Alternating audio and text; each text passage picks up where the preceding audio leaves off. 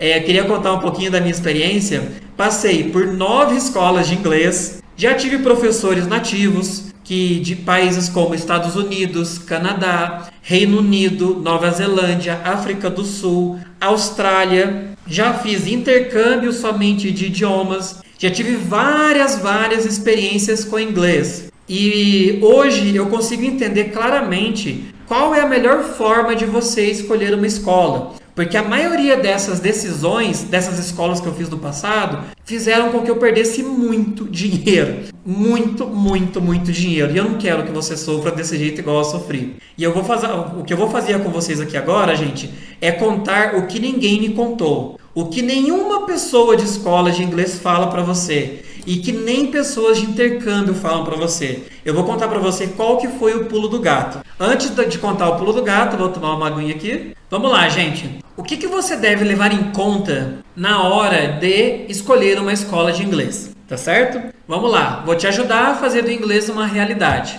Primeira coisa, gente, antes de você escolher uma escola de inglês, antes de você assinar um contrato de 1 ano que vai deixar você preso, que vai deixar você presa em um contrato que tem uma multa gigantesca, na maior parte dos casos você precisa entender quais são os tipos de ensino que existem, né? Geralmente nós temos aula em grupos, né, pequenos, geralmente 4 alunos, grupos grandes até 20 alunos, ou individual. Você pensou se você prefere fazer aula presencial ou online? Se você prefere ter aula com um professor ou uma professora brasileira ou nativa de um outro país? Então essa é a primeira série de perguntas que você tem que responder. Que tipo de aula que você se enxerga melhor? Será que você gosta de ter aula em grupos grandes? Às vezes, uma aula em um grupo maior, ela é mais vantajosa para você, porque você precisa das outras pessoas para compartilhar. Mas muitas vezes, para você, o melhor é a aula individual. Então, essa é a primeira coisa que a gente tem que entender. Muito cuidado com a aula online ou presencial, porque muitas pessoas falam que a aula presencial é perfeita, outras falam que a aula online é perfeita. O que a gente tem que entender nas aulas online você tem mais flexibilidade e você não vai gastar com transporte. Na aula presencial eu consigo ter um contato mais próximo com o professor, porque o feedback é direto, ele consegue entender outras coisas, de repente facilita porque é perto do seu trabalho ou perto da sua casa. Isso tem que ser coisas para serem levadas em conta antes de você escolher uma escola de inglês. Porque não adianta nada você fazer uma aula, conheço muita gente que faz isso, você escolhe um método online que parece as mil maravilhas, só que você não assiste. Então você precisa ter mais consistência nesse tipo de método. Então cuidado, primeira coisa que a gente tem que entender é isso. Outro cuidado que temos que tomar cuidado, né? Cuidado com cuidado. Professor nativo, ele é o melhor professor do mundo? Não necessariamente, gente. Muitas pessoas falam que o melhor inglês são com professores de outro país. Agora imagina só, você que está aí do outro lado, você daria uma aula boa de português? Eu com certeza não, porque eu não lembro sobre mesóclise, não lembro sobre orações subordinadas. Então muitas vezes são professores, são pessoas que estão no Brasil em intercâmbio e vão dar aulas de inglês. Se a sua meta for conversação, pode ser que seja um bom professor, mas e na parte de estrutura? Será que eles vão ser professores bons? Será que vão ser as melhores opções para você? Então essa é uma primeira parte para você pensar antes de escolher uma escola de inglês.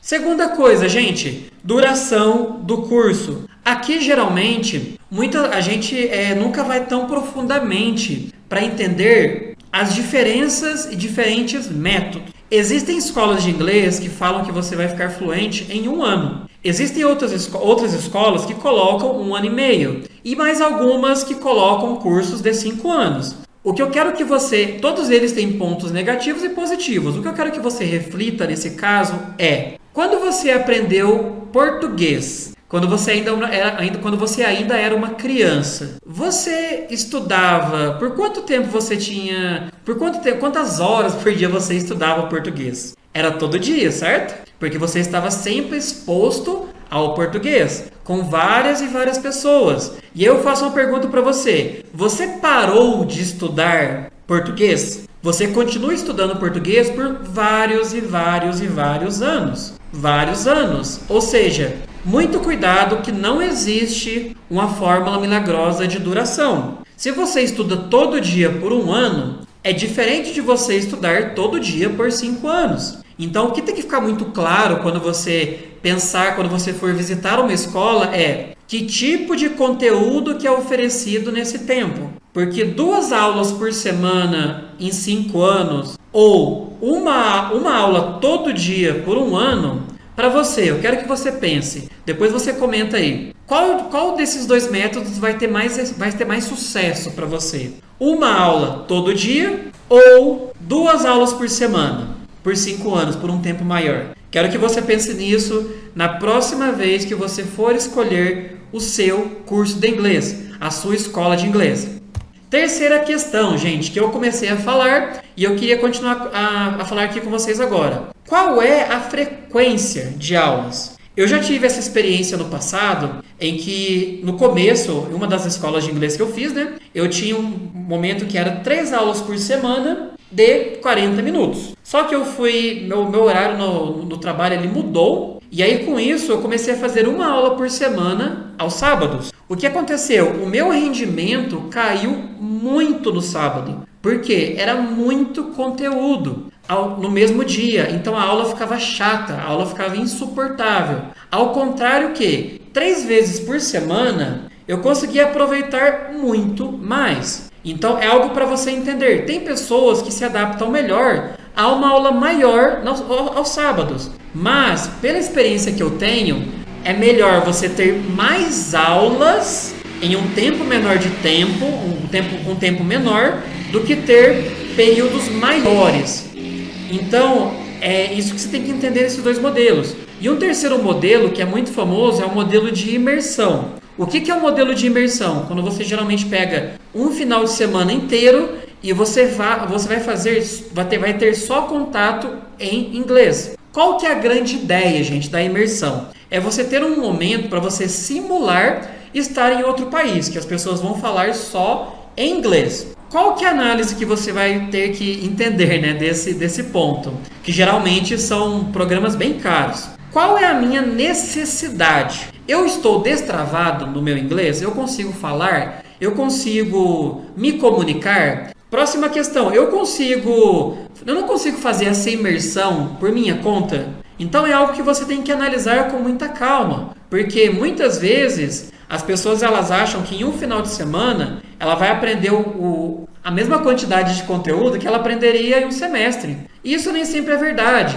Gente, cuidado com fórmulas mágicas, tá? Muito cuidado. E na frequência, isso é algo que você tem que levar em conta, tá certo? Todo mundo entendeu? Mais aulas durante a semana são melhores do que poucas aulas concentradas. Na maioria dos casos, esse é o método que melhor funciona, gente. Continuando. Metodologia. Ai, metodologia.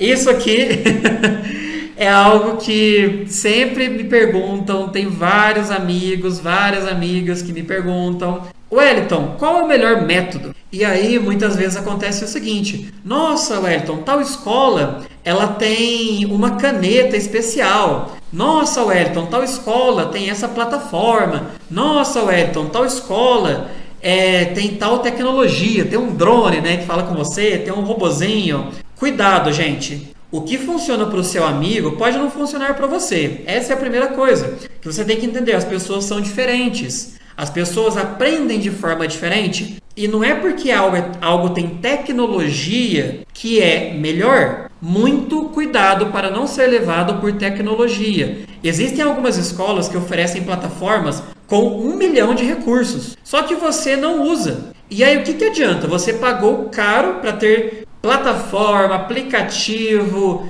livro, música, só que você não usa nada. Então, cuidado com essa metodologia mágica. Existe um método que funciona melhor para você, e é nisso que eu ajudo as pessoas no GPS do inglês, é construir um caminho específico para você. O caminho do João é diferente do caminho da Maria, que é diferente do Pedro. E isso depende de qual objetivo que eles têm. Se meu objetivo é fazer uma viagem de férias, os conteúdos que eu preciso estudar são diferentes daqueles se eu estou tentando um mestrado nos Estados Unidos, por exemplo. Se eu estou tentando um mestrado, eu preciso ficar bom, vou dar uma habilidade aqui de exemplo, na escrita, porque eu vou escrever muito.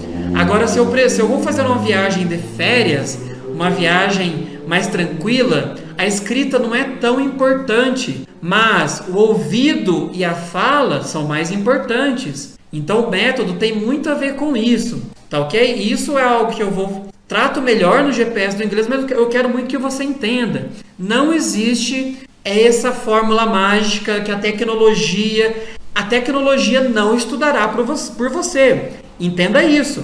Ela não estudará por você. Então, quando você vai numa escola e vai perguntar sobre o método da escola, o que você precisa muito perguntar nesse método, como que eles aplicam essa tecnologia? Existem resultados reais? Como que foi criado esse método? Em que se baseia? Em que esse método é baseado? Quais são os critérios usados que fazem com que esse método funcione? É isso que você tem que entender. Entender qual que é a metodologia da escola. Porque nem sempre a escola mais famosa é a que mais se adequa para você, que está aí do outro lado.